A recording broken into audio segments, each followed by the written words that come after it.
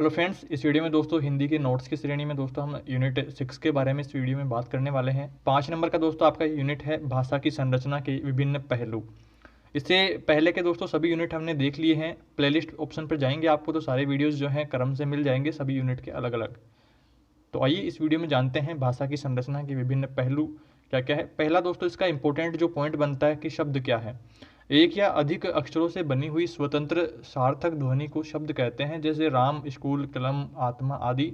शब्द जब तक वाक्य में प्रयुक्त नहीं किए जाते तब तक स्वतंत्र होते हैं, लेकिन वाक्य में प्रयुक्त इन शब्दों का अस्तित्व स्वतंत्र न रहकर वाक्य के लिंग, वचन, कारक और क्रिया के नियमों से अनुशासित हो जाता है। व्याकरण के नियमों में बंधने से ये शब्द न रहकर पद बन जाते हैं। तो इस तरह से शब्द के बारे में अगर क्वेश्चन आपको पूछा जाता है तो आपको ये सब लिखना है।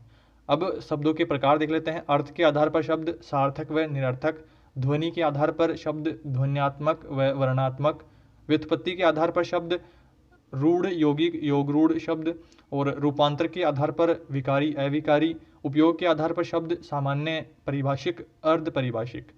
तो इस तरह से आपको ये भी दोस्तों याद कर लेना है। आपको 1 नंबर का क्वेश्चन यहाँ से पूछ सकता है, और अगर आपके पास सीरीज या बुक है तो आप इन सभी के बारे में डिटेल में भी पढ़ सकते हैं। यहाँ पर देखिए आगे बात करते हैं पद के बारे में। वाक्य में प्रयुक्त शब्द ही पद कहलाते हैं। वाक्य के अंग अब देख लेते हैं। यहाँ पर वाक्य के अंग, वाक्य की रचना 2 अंगों से होती है, उद्देश्य और विधेय से।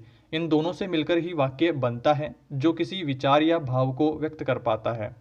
उद्देश्य वाक्य का वह कथन है जिसके बारे में कुछ कहा जाता है या विधान किया जाता है, जैसे सोहन ने खाना खा लिया। इस वाक्य में सोहन उद्देश्य है क्योंकि इसी के बारे में बताया जा रहा है कि इसने खाना खा लिया। उद्देश्य के अंतर्गत कर्ता और कर्ता का विस्तारक आदि घटक आते हैं।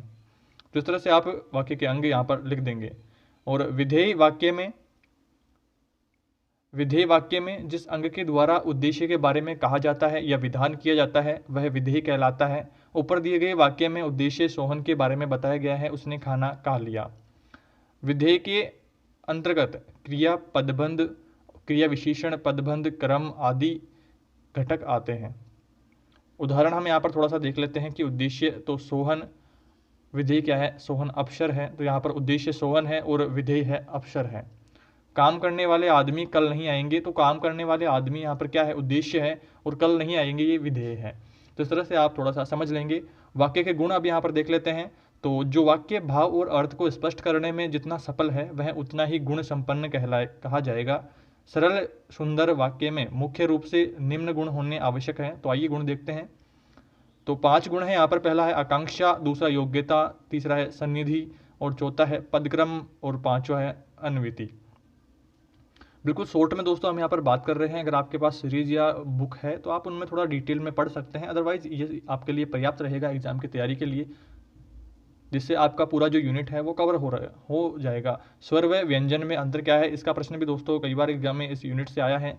तो वे वर्ण जिनके उच्चारण में ध्वनि फेफड़ों से अनुस्फुटित होकर कंठ से होती हुई मुख विवरण के उच्चारण स्थानों को स्पर्श किए बिना मुख से बाहर निकलती है, स्वर कहलाते हैं। जबकि वे वर्ण जिनके उच्चारण में ध्वनि फेफड़ों से अनुस्फुटित होकर मुख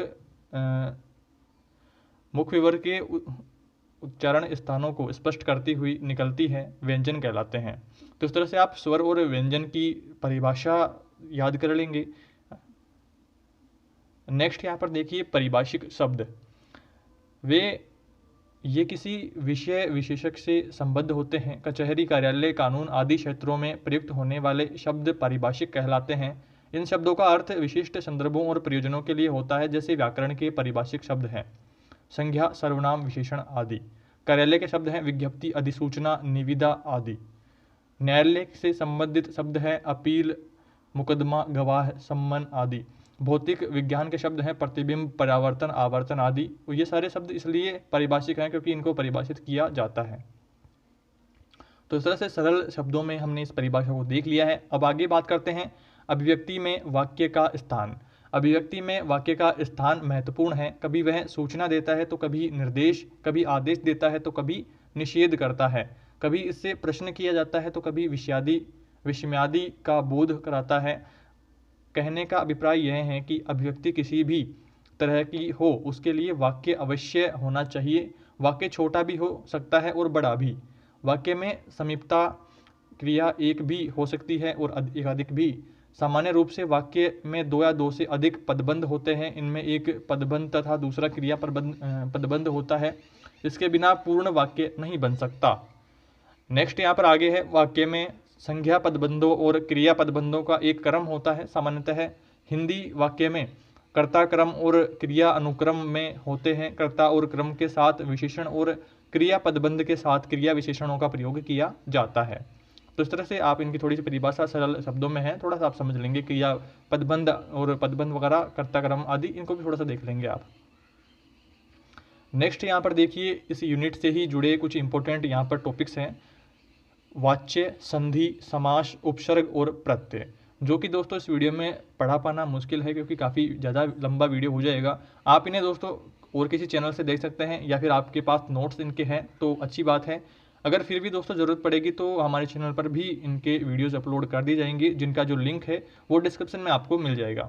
सही है। इस तरह से दोस्तों आपका छठा यूनिट यहाँ पर कंप्लीट हो जाता है और इसके इंपॉर्टेंट जो पॉइंट्स हैं उनका अलग से दोस्तों वीडियो बनाया गया है, क्योंकि दोस्तों वो रीट में भी इंपॉर्टेंट है, तो उनका लिंक आपको डिस्क्रिप्शन में मिल जाएगा। और अगर चैनल पर नए हैं तो सब्सक्राइब आप खुशी खुशी कर देंगे, वीडियो को लाइक ज़रूर करें, कमेंट भी करें और चैनल को अपने सभी फ्रेंड्स में शेयर करें वीडियो को, ताकि दोस्तों सभी को हेल्प यहाँ पर हो सके, उनकी भी तैयारी अच्छी हो सके। और इससे कोई भी आपका डाउट रहता है तो कमेंट में ज़रूर बताएंगे। और इनकी पीडीएफ के लिए, अगर आपको नोट्स की पीडीएफ चाहिए या इंटर्नशिप डायरी वगैरह किसी की पीडीएफ चाहिए तो आप डिस्क्रिप्शन से हमारा टेलीग्राम चैनल ज्वाइन कर लेंगे, वहाँ पर आपको सभी तरह की पीडीएफ मिल जाएगी। चलिए दोस्तों, जल्दी मिलते हैं अगले यूनिट के साथ।